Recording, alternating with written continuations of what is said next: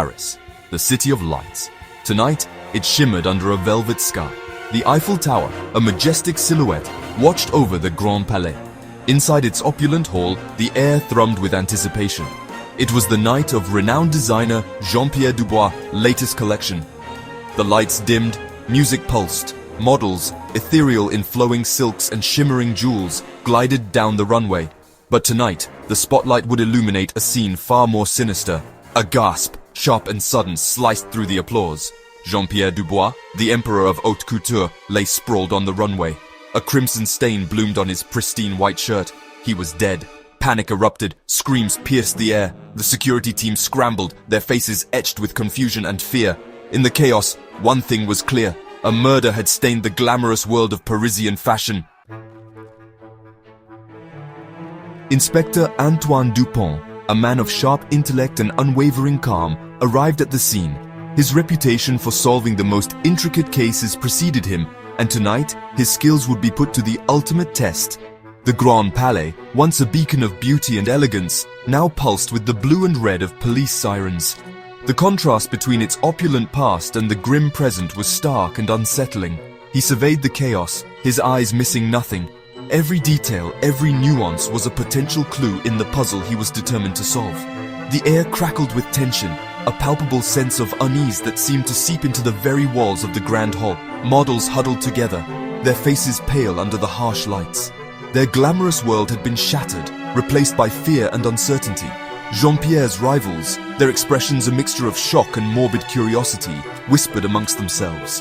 The fashion world was small, and everyone had their secrets. Dupont, his gaze sharp, took in every detail. He knew that the smallest inconsistency could unravel the entire case. Dupont was introduced to the key suspects. Each one had a motive, each one had something to hide.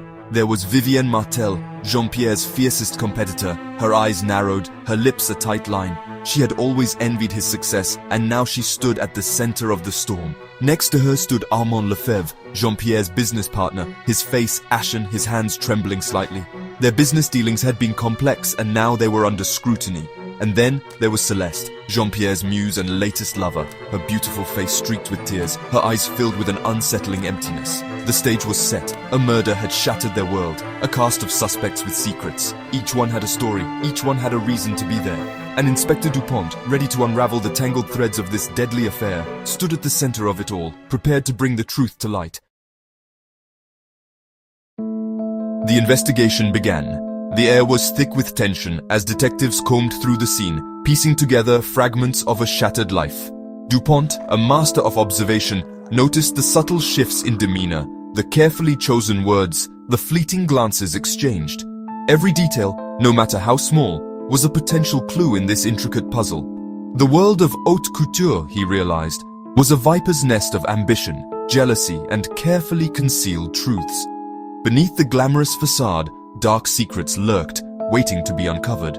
Vivienne Martel, Dupont discovered, had been on the verge of bankruptcy. Her financial woes were a well-kept secret, hidden behind a mask of success and elegance. Jean-Pierre's death left her the undisputed queen of Parisian fashion. With him out of the picture, her path to dominance was clear. But at what cost? Could she have orchestrated his demise to save her own empire? The thought lingered in Dupont's mind, a chilling possibility that couldn't be ignored.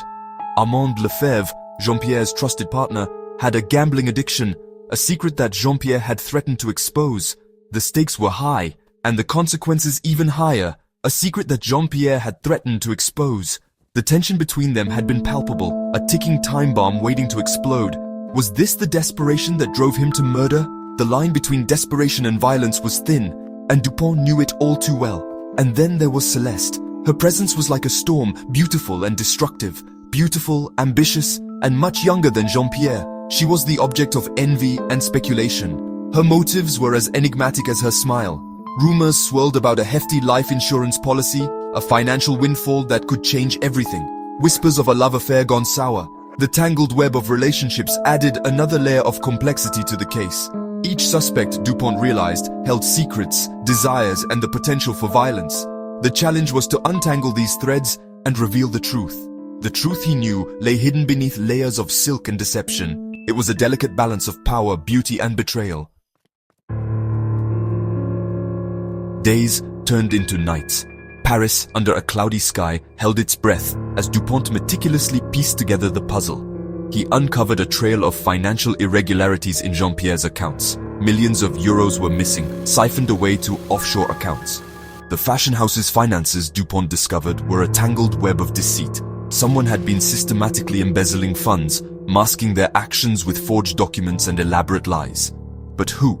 The investigation took an unexpected turn when Dupont received an anonymous tip. It led him to a hidden atelier, a secret workshop tucked away in a forgotten corner of Paris. Inside, he found sketches of Jean-Pierre's designs, but these were different, bolder, more daring. They were signed with a single initial C. Could Celeste, the seemingly naive muse, be more than she appeared? Was she the mastermind behind the financial fraud and ultimately Jean-Pierre's murder? Dupont arranged a meeting with Celeste. She arrived at his office, a vision of elegance and fragility, but beneath the carefully constructed facade, Dupont detected a steely resolve. He confronted her with the evidence, the financial discrepancies, the secret atelier, the design signed C. Celeste's composure crumbled. Tears welled in her eyes, but Dupont noticed they weren't tears of guilt, but of frustration, of a plan gone awry. Celeste confessed, but not to murder. She confessed to her talent, her ambition.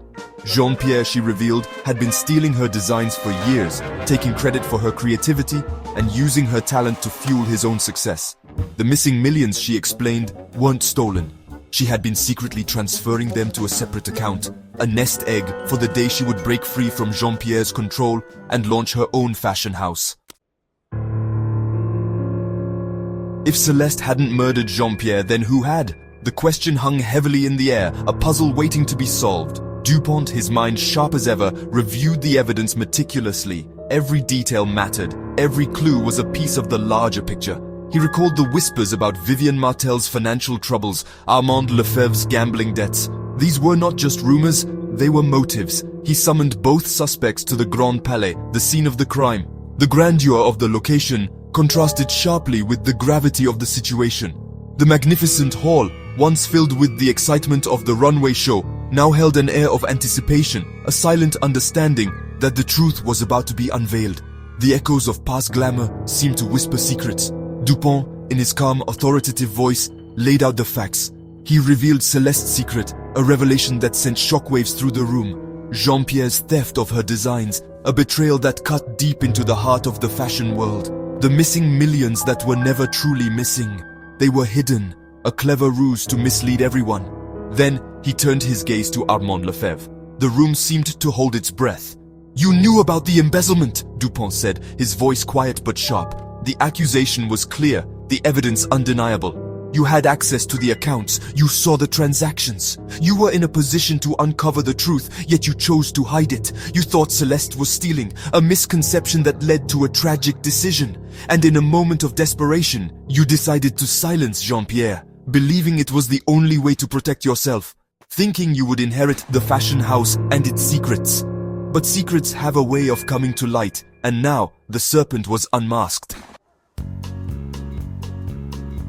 Armand Lefebvre, his face ashen, crumbled. He confessed to the crime, his voice a choked whisper. He had confronted Jean-Pierre on that fateful night. A heated argument had ensued, and in a moment of blind rage, he had stabbed him.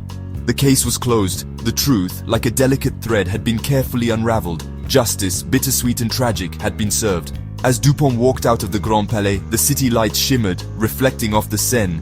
The world of haute couture, with its dazzling beauty and hidden darkness, had offered up its secrets. And Inspector Dupont, the quiet observer, had once again brought justice to the City of Lights. Disclaimer: the crime stories shared on this channel are fictional and created purely for entertainment purposes. Viewer discretion is advised, as the themes may still include sensitive or suspenseful content. Watch as I bring you thrilling tales. Thanks for watching. If you're new here, don't forget to hit that like button, subscribe, and tap the bell so you never miss an upload.